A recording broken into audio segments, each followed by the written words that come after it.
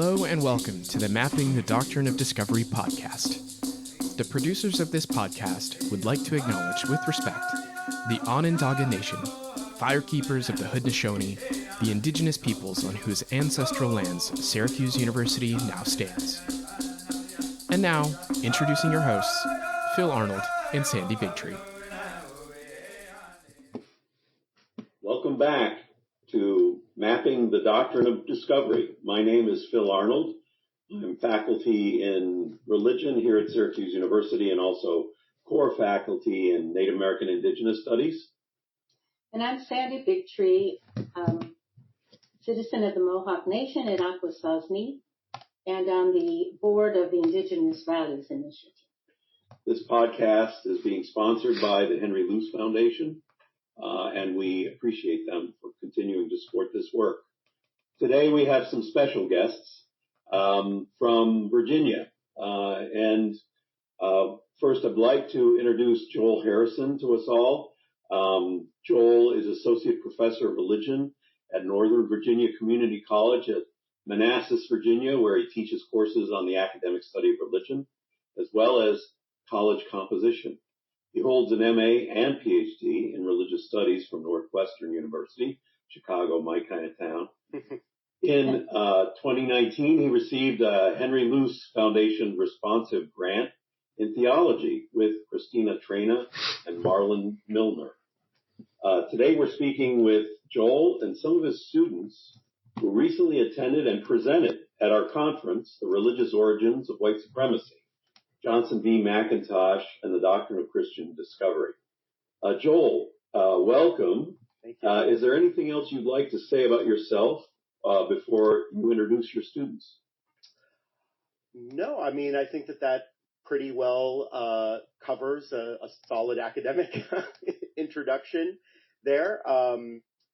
I've been teaching at Nova since 2019, focused, mostly on the Religion 100 course, the Introduction to the Study of Religion course, which is where these students of mine came from and where their papers for the conference came from, where the idea to submit a panel for this conference came from. So the students here with us today are Jason Armstrong, who's a dual enrollment student at Nova, and Christian Oppenhagen, who's also I think just finished.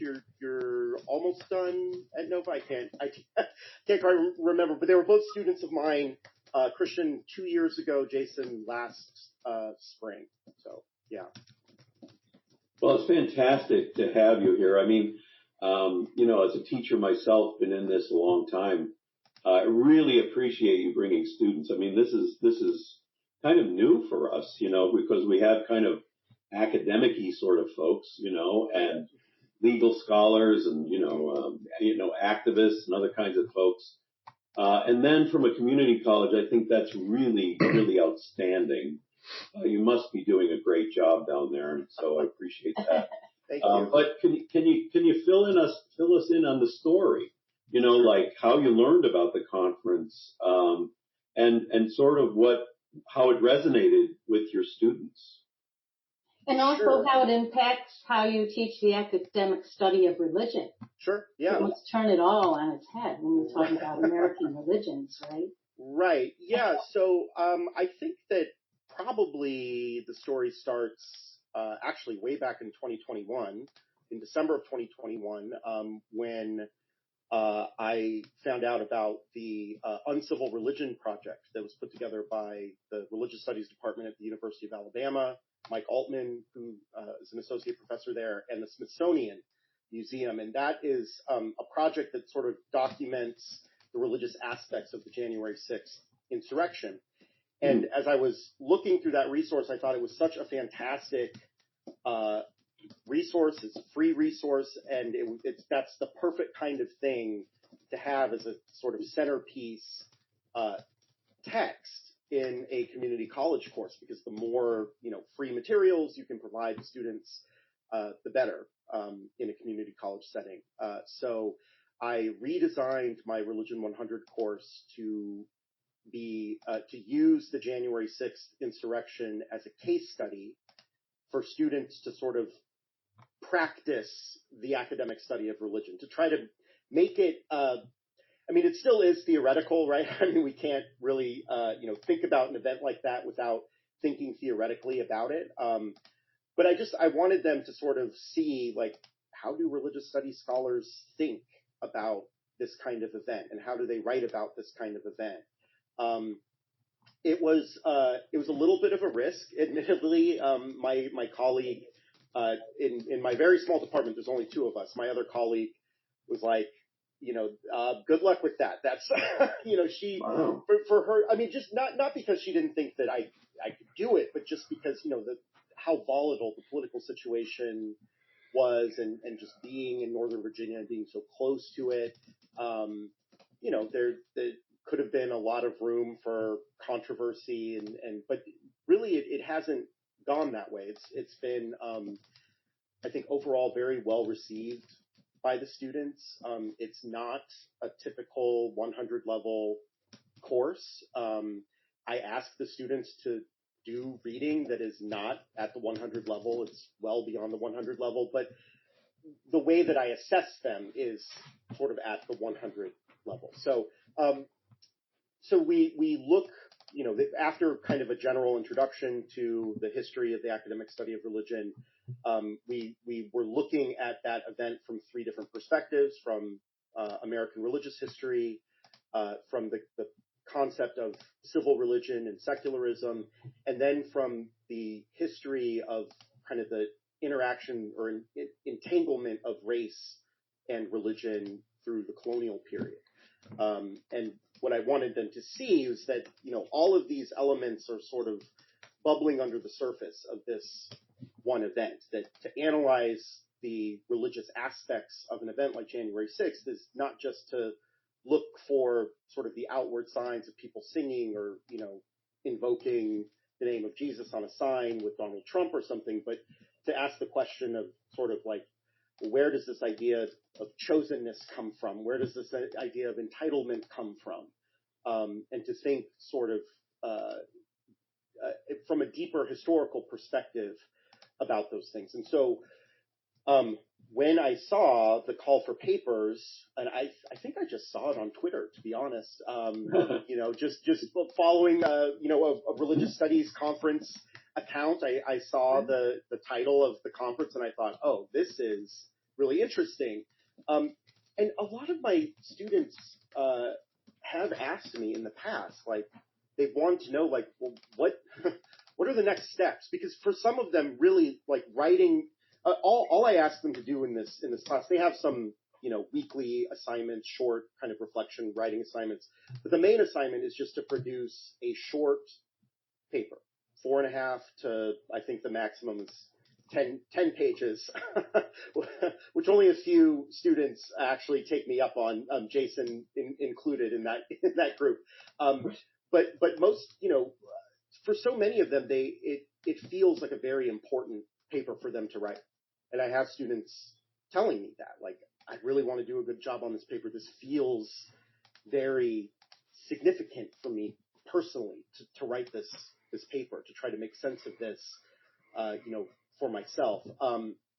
And that has really struck me because I've never had students tell me that before about an assignment. Like, I mean, they may like an assignment, they may have fun doing an assignment, but I've never had a student say, this paper is really important to me. This means something to me, especially in a 100 level course. And so, I think when I saw the call for papers for the conference, I thought, well, here's an opportunity for some of those students to maybe engage in a wider conversation about the origins of white supremacy. They've started, they already started thinking about it. They've sort of dipped their toe into that. And if they have the opportunity to go to a conference like this, they can see this ongoing wider conversation taking place and kind of see how their work is fitting into that. So that was kind of the thinking behind it. And I will say it was a first for Nova too. I don't think that to my knowledge, no one has tried to take students to an academic conference like this before. And, so trying to, find financial sources and do that work, it was a lot of, a bunch of us, including administration, which, I really am so thankful for the administration at the college for really taking this seriously and not simply saying like, well, I don't know if this sounds like a thing community college students would do or should be doing. Like, nobody said that. Everyone was like, yes, this is a great opportunity. Let's find the money. Let's make this happen. And they did it. And it was amazing. Wow. So, yeah. That's so inspiring for me because, I've always thought, even since I was a graduate student, which is a long time ago now, that the academic study of religion really needs to speak to the moment, to what's going on in society right now. And I try to train graduate students that way too, even though, a lot of them are infatuated with philosophy or other kind of more abstract ideas. Of course, that's what we do too. That's our bread and butter. But, but I think, kind of have an engaged scholarship is what I'm going for here. Yeah. And frankly, not many of our students, I'll just say this, not many of our grad students get jobs at community colleges. I mean, it's not like a thing, it's more kind of a larger, research oriented universities that have these tenure track jobs, so there are a lot of things about this whole story that I find inspiring is someone training, we don't train many grad students, a few every year, but, it's like, where do they go? And particularly when in this moment when humanity seems to be dying or becoming more and more irrelevant for many people, I'll put that in scare quotes, But I think that, the academic study really needs to step up. We need to do this work kind of on us to make it relevant. So I see your story here, Joel, is very inspiring.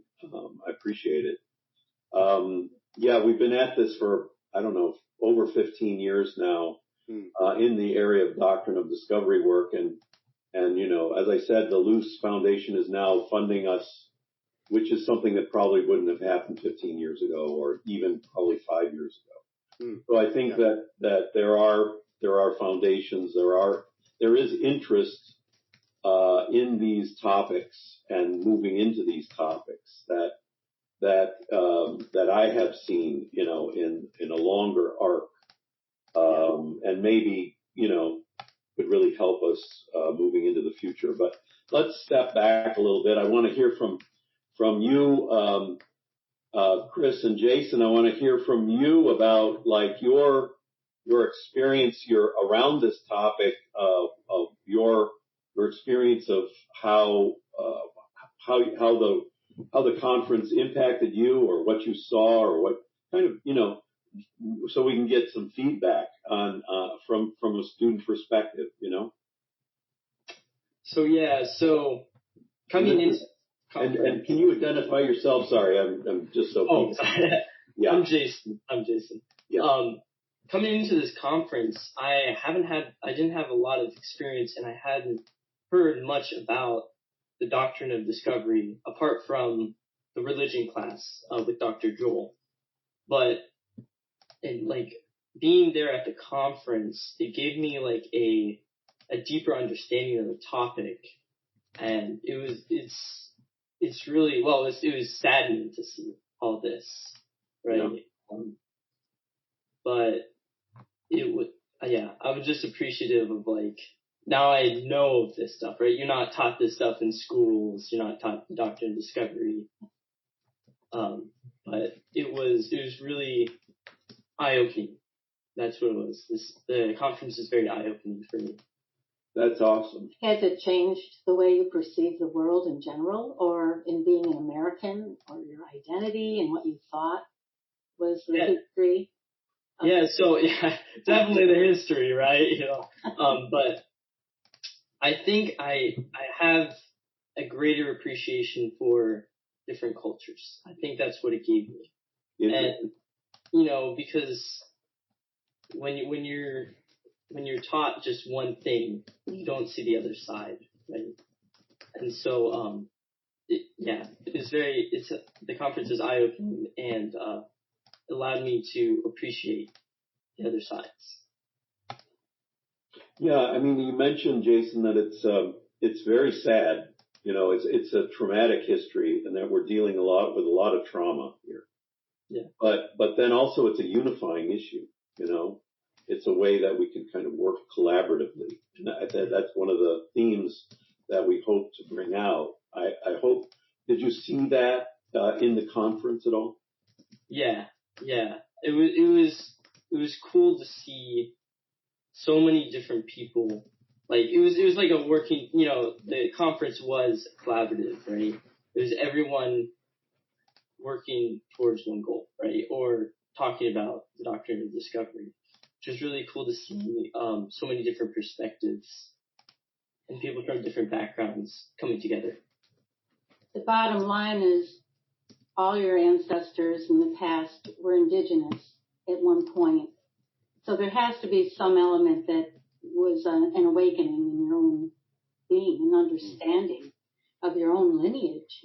Maybe this is why you have more understanding and interest now in other cultures, because your ancient cultures were also wiped out with this kind of authoritarian rule. We hear that a lot from Haudenosaunee, leaders, or Boyani, as they're called, that, it's just that the age of discovery has hit them most recently, where, the history of Europe is sort of littered with these stories of indigenous peoples being overrun, at various moments. And so, they always are encouraging, our members of our board, in fact, encouraging of us all to really investigate our own genealogies. It is a thing now, that people are interested in their backgrounds, their genealogical backgrounds, and I'm one of those. But, but there's a reason for that too. I think people are looking for something, some orientation.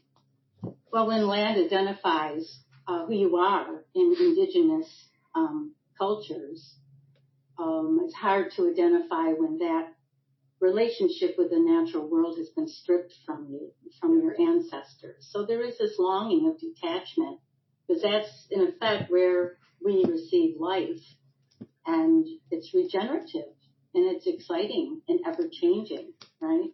Yeah. I will say, Sandy, I so appreciated your words about the connection to land and the indigenous connection to land. I think it was on the opening night of the conference, because one of the most impactful for me days of the class is when we talk about the way that the Spanish sort of theologically justified their conquest of indigenous peoples based on their, accusing essentially the indigenous peoples of having the incorrect relationship to the land, or misunderstanding the relationship, which opened them up to demonic possession and so forth. And that, we read an essay by Willie James Jennings, who talks about Jose de Acosta, the priest who, was surveying the land and the people for the Spanish crown. And it's a difficult essay for students to read. We spend a bit of time unpacking it, but the idea that even the white students in the class, right, have at some point in their history some indigenous ancestors, right, who had land. That's a really, I think, useful way of framing that conversation, because I regularly have white students who will say to me, right, sort of in confidence as a white professor, I don't know how I'm supposed to identify with this or think about this,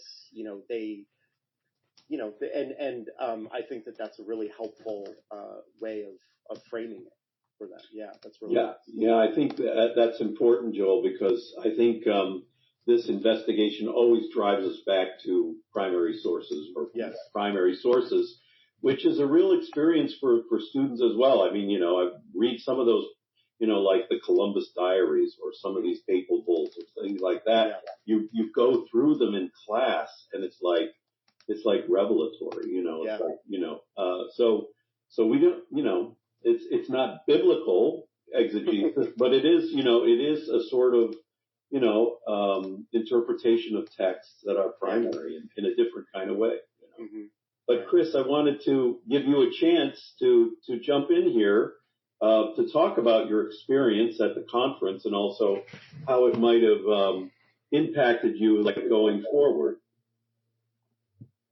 Yes. Well, I actually had some experience with some of this between previously, before the degree I was working on that brought me into Professor Harrison's class. I was working on an anthropology degree. And so I've been exposed to some of the ways that anthropology had been used as a tool of oppression. Because anthropology, they're very open, at least most of the disciplines within anthropology are very open about this was our past being used to oppress the minorities, but now we're trying to look at things through their lens while also looking from the outside. So while I never interacted directly with the Doctrine of Discovery itself, I've been around and I've known through my experiences, I've seen the history of what's happened and what the Doctrine of Discovery did. So for me, a lot of the conference was actually putting into light of, it was a bit like working on a puzzle and have all the pieces. But then I went to the conference and somebody finally showed me what the picture was supposed to look like. Here's the top of the box. Okay, now I see how all these pieces come together. Whereas before it was more like, oh yeah, I know about the oppression of Native Americans. I know how they were treated, and how indigenous cultures were treated by most of the conquering groups. But now it was, this was the justification given, beyond just, here, let's pour a bunch of sand into this skull and see how much that skull can hold. Yeah. And we're going to completely hide the fact that the skull with the more amount actually came from a minority. This is the white skull. This is the black skull because that can't be right. Sand. That can't be right? Yeah. Exactly. So for me, the conference was very much so putting everything into light and kind of giving me a little bit more perspective on things. Yeah. Which I really appreciated as a student of culture, as a student of history, being able to see where things fit on the other side of the lens of the historical texts. Yeah. Yeah, I mean, I think, the university, I don't know about, down in Virginia at your place, but we divide up, academic study of religion and the humanities and, anthropology and social science, even natural sciences, right? Mm-hmm. So here we have an indictment really across all knowledge systems in a way, because, it's, for me, I mean, I think religion gets more at the root of this issue, because it supplies the worldview and, as you said, Chris, the justification for these conquerors who, after all, they leave home and then, set up shop somewhere else and do these atrocious things to people. And, what's driving all that? What could make a person do that? Right. It just seems absurd in today's world, but in a way it's still operative, So I think there are different ways of coming at this from different points of view. For me, religion seems to get a little deeper, get us deeper into the quagmire, So I appreciate you, mixing it up. And at the same time of discovery, there were these great thinkers, right, who were envisioning a new world. So when we're creating the United States, there's two forces here going kind of head to head against one another. The explorers, the land speculators, and then you have the great thinkers of the Enlightenment era. And if you dig into that, what ignited that school of thought, and many writers today are saying it was this involvement over hundreds of years of interactions with the indigenous people from the Americas, because they lived in these true democracies that were not hierarchical. So you have these idealized visions of creating this new world, and then you have these greedy land speculators who just want to take the land as a resource. And it goes back to just the founding, right? When the British were still in power, and during that switch over to the Americanists, they were using, the wisdom of the Haudenosaunee, talking about the great law of peace, where people lived in equity and freedom, right? And peace. And these were not concepts readily discussed in Europe. So this issued forth a new possibility of living with one another in this world. But we had that iconography, by the way, was incorporated into presidential seal. And if you delve into that history, you'll find references to that living in peace and the message of the Haudenosaunee. And it was only a few years later that the fascia of the Mussolini, this is before Mussolini, but of Rome, because he took that emblem from Rome, the Roman Empire, an empire building, authoritarianism. That iconography started being introduced after they were using this other bundle of arrows that the Haudenosaunee talked about, representing peace. So much was in conflict in those early years. And then, of course, 1823, the Doctrine of Discovery is encoded into American property law.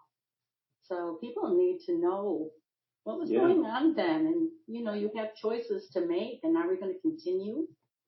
I don't know how close you are to Washington, D.C., but it's a fascinating look at just the iconography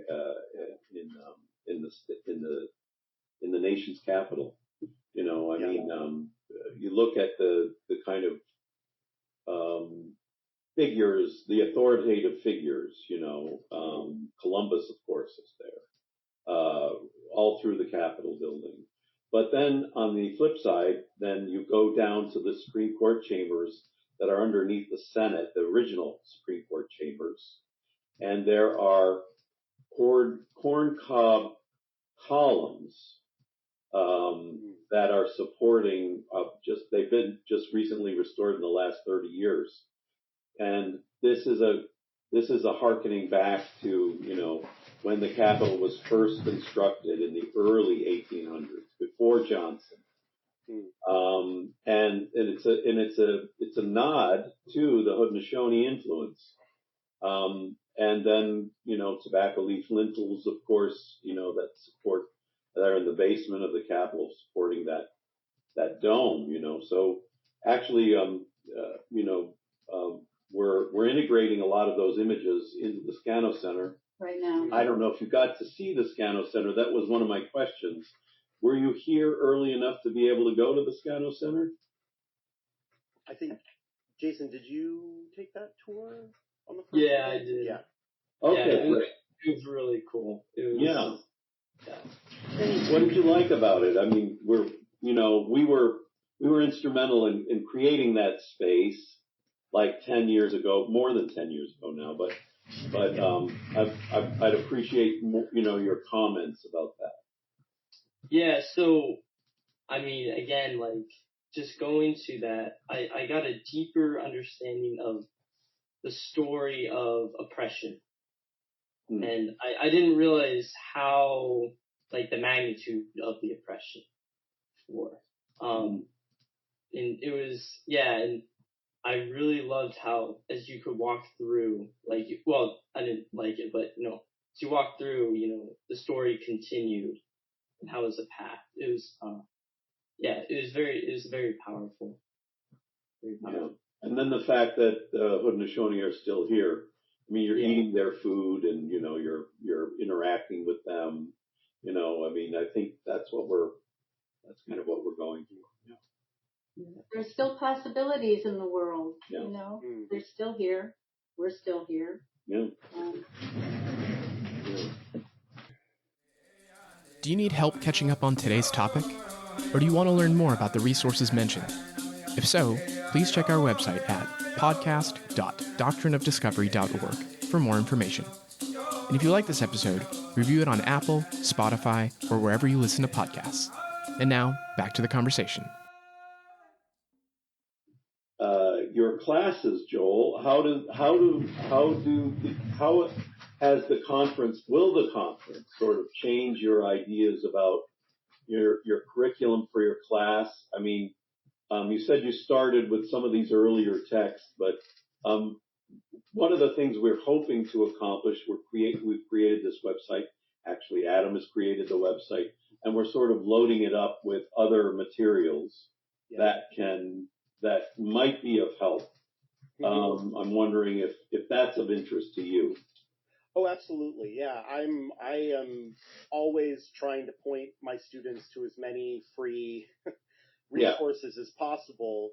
I think that for a lot of undergraduates, their kind of go-to is just to start with Google and and go from there. And so, I'll get papers that have a lot of, we'll cite a lot of like journalism or something like that. But I really try to encourage them to, use the sources. I mean, I try to set up the class so that they don't have to do any outside research if they don't want to. But, they can use all the reading from my class. But I am, wanting to incorporate this semester more about the doctrine of discovery specifically. As we talk about like the Dum Diversas, Papal Bull, and Limpieza de Sangre laws in Spain, and some of these earlier kind of iterations of justifications for persecution of non-white, non-Christian, non-European peoples. And I think that the doctrine of discovery is certainly a natural one kind of bridging point between what's going on in colonial Europe to January 6th, right? I think that that's a good, so I'm definitely going to be, that's one way that the conference certainly changed the syllabus, is to add in more of that specific discussion of what the doctrine of discovery did in the U.S. Because I mean, there, like you were mentioning, even with things as sort of like, fine-grained and minute as the, the symbolism of the country and how all these little details come from these other places, it can be overwhelming, I think, for students to try to wrap their heads around all of this. But yeah, I think that the conference gave me some good tools for thinking about how to kind of guide them even more toward, and bridge that gap between the colonial entanglement of race and religion and then what's happening on January 6th. Right. I mean, that's what I was interested in. How do we connect those dots, right? How do you connect 500-year-old, racist theology essentially with what's going on now in terms of white Christian nationalism? I mean, I see it everywhere, but how do you do that? I'm just curious.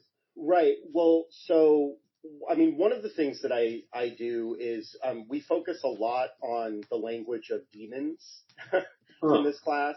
Or evil, I suppose. Or... Yeah, I mean, well, so the ways that in American religious history, the others, right, those who are, part of, are the worldly or, the non-Christian, the unregenerate are cast as demonic in some level, or agents of the satanic, or something like that, how the culture wars get, throughout the 20th century get couched in those terms.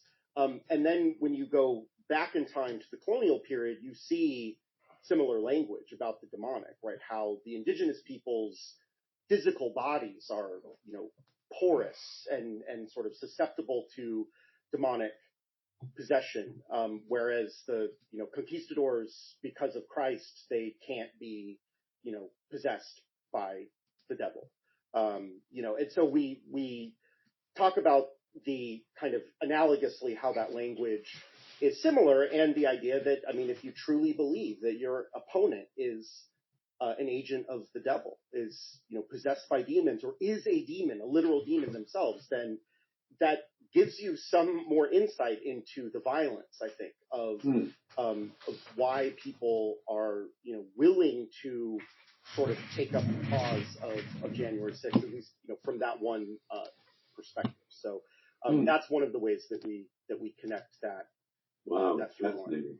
And that language is picked up by the January 6th people, or some of the groups, some of the religious orientations of those groups. Right. Well, you have, for example, the QAnon conspiracy theory, which believes literally that the members of the Democratic Party are Satan-worshiping pedophiles, right? Who are, and there's various iterations of that where, in some cases, the, opponents of Donald Trump just in general are demonic forces or demons themselves or something like that. It gets very convoluted very quickly, but you do see that language. You also see the language of chosenness.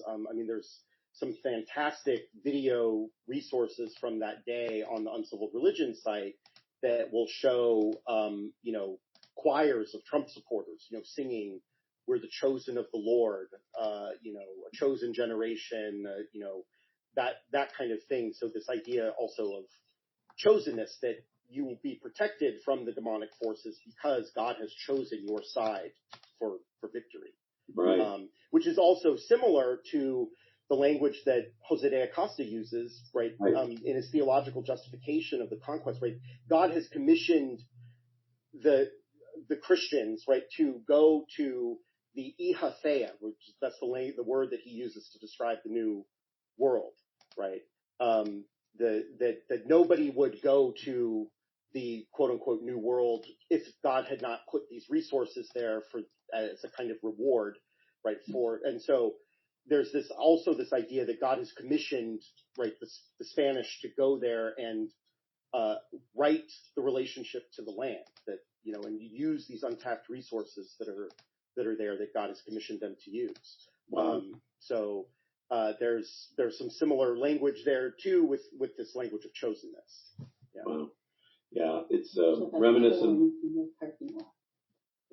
Ashes of colonial. Oh, yeah. You want me to tell Yeah. them? Oh, okay. I have actually 5 ancestors that crossed on the Mayflower. Now 3 of them didn't last through the first winter. But 2 survived. But so part of accounting for our history here in the Americas, 500-year or 400-year-old history, is looking at these sites, right? One of the sites that we visited as a family, and remember, Sandy's Haudenosaunee, our kids are Haudenosaunee. So one of the sites we visited at Cape Cod was called Horn Hill, which is a giant X, really, in the middle of a parking lot, where the Pilgrims landed. They were literally starving in November of 1620.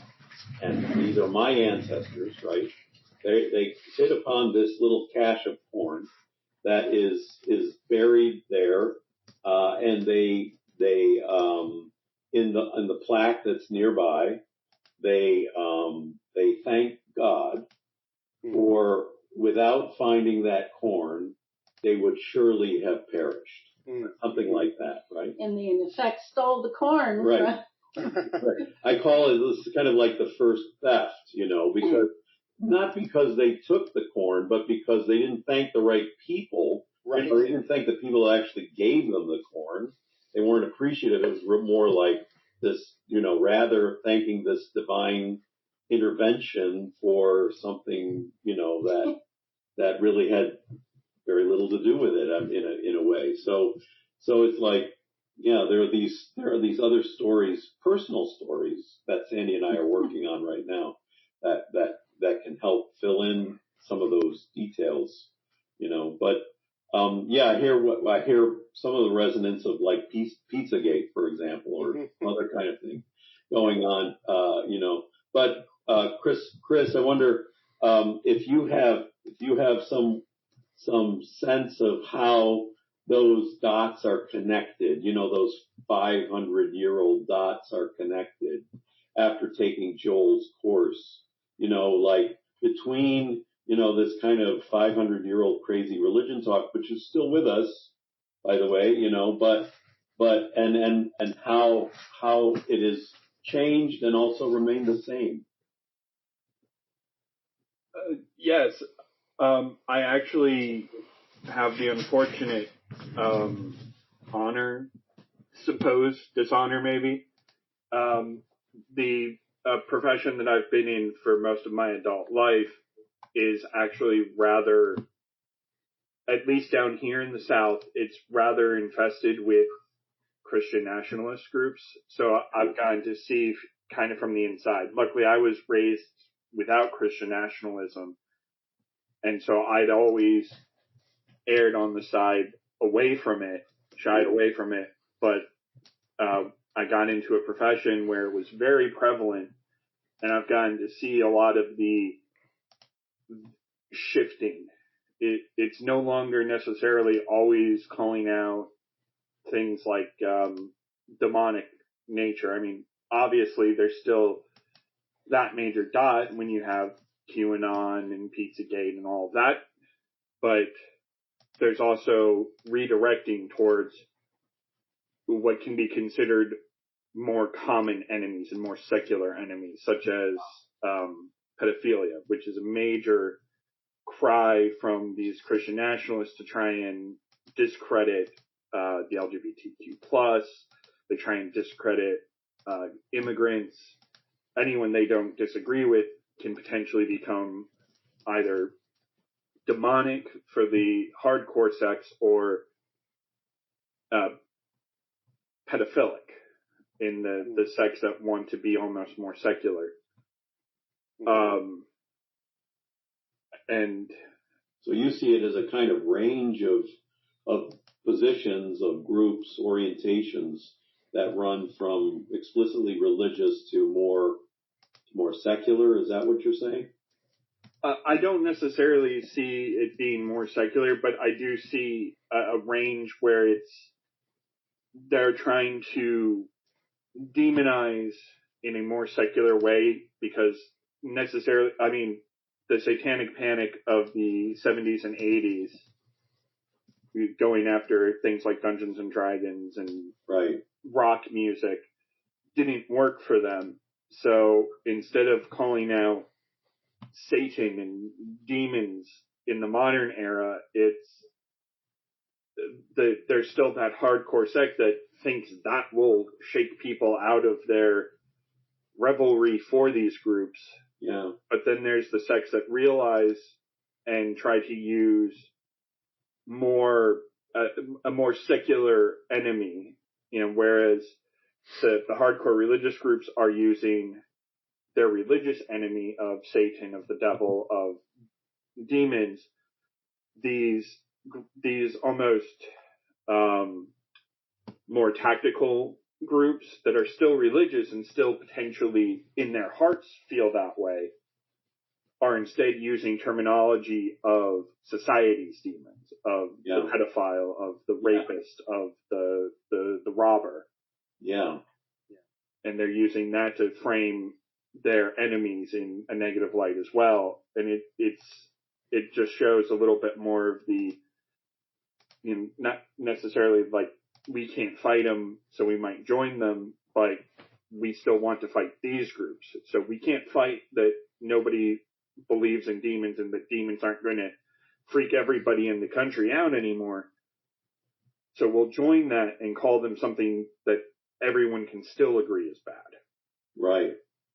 I think that there's also a common thread, like regardless of whether, a group is using the kind of a blanket term like pedophile or demonic, in that there's sort of viewing one group of people as like a complete existential threat, right? So it's not simply that, these people are immoral, but it's that they threaten the very fabric of existence, right? This is it's still a cosmic battle, I think, for them on some level, right? Which makes it still part of, I think, the culture war logic, throughout, especially 20th century American religious history.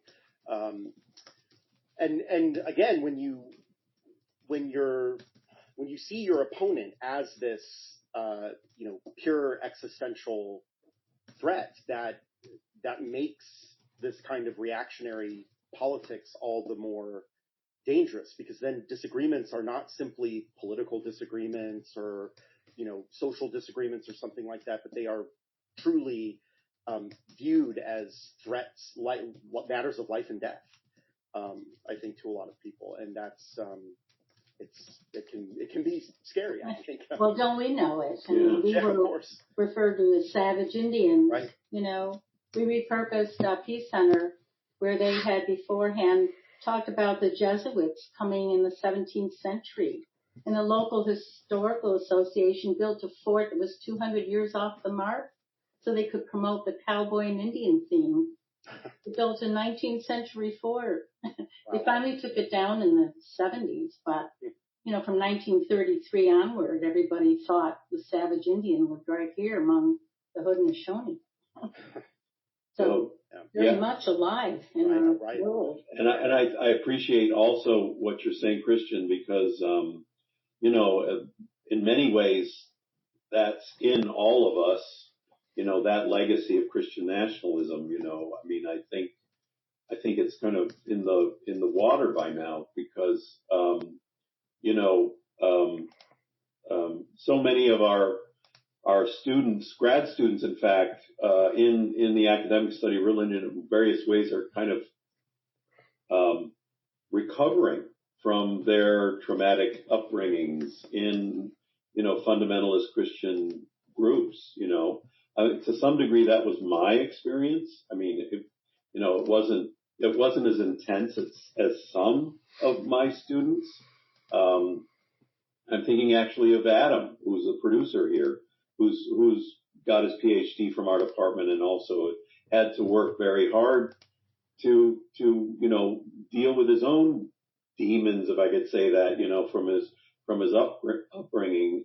Another transgender student in our department, Jess, she's grappling with this traumatic legacy, having grown up in the South as well.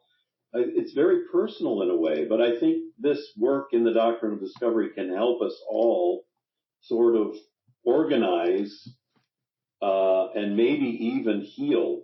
We're talking to another podcaster, actually, runs a podcast called Divorcing Religion, out of BC, Vancouver, and she and her husband actually came to the conference, and they're therapists that are working in this space, So I do appreciate that the personal dynamics of how this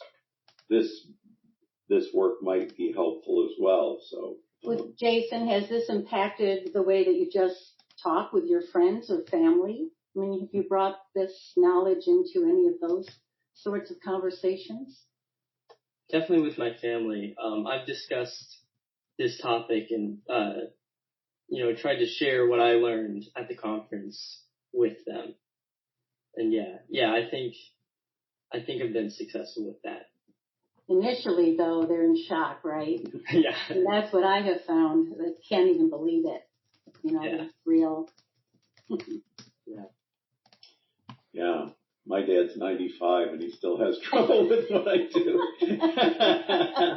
So, I mean, it's, I love you, Dad, but wow. That's what he's done. I hope he doesn't listen to this. He won't. I'm absolutely convinced he will not.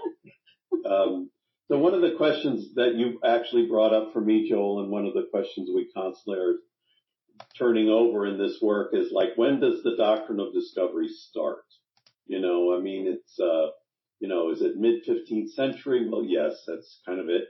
Is it the Crusades? Because so much of the spirit of, and you see that today, it's still operative, Is it the 11th century? I mean, yeah. And then you can make an argument, I think, is the foundation of the Roman Church, Yeah. In the 4th century. I mean, it's, I think we should be open to that kind of investigation, of thinking about so now we're talking about what, 1500 years or more, right, that we're kind of grappling with these questions.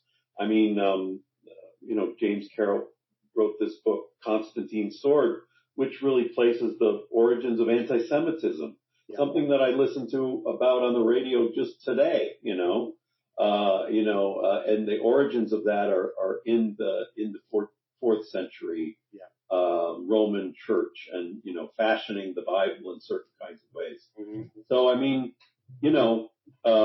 it can get too expansive, but then on the other hand, it does seem relevant, not to say you should bring this into your class, but, sure, it is, because you kind of want to keep it focused on the American issue, but there are these other facets of the problem that I see could easily motivate, further kind of graduate work, things like that. There are indigenous cities here that rivaled any city in Europe, but yet there were no police forces or prisons. They lived freely and with equity with one another and with the natural world. So for 10,000 years, so what was so different here? Why was it so different here than in Europe? Right. Yeah. We should evaluate this and talk about it. Right. Yeah. Well, I think this has been a great conversation. I really appreciate all of you. It is our hope that we can continue this relationship with your spot, with Virginia, with your students, and even we have plans on trying to make some of your papers, those of you who want to make your papers sort of public, through our website or through other sorts of means. So I really appreciate all of you for coming on today, and I hope we can continue this conversation. Thank you. Hope we meet again. Thank you. Thank you. The producers of this podcast were Adam DJ Brett and Jordan Lawn Cologne. Our intro and outro is Social Dancing Music by Oris Edwards and Regis Cook. This podcast is funded in collaboration with the Henry Luce Foundation, Syracuse University, and Hendricks Chapel, and the Indigenous Values Initiative. If you like this episode, please check out our website and make sure to subscribe.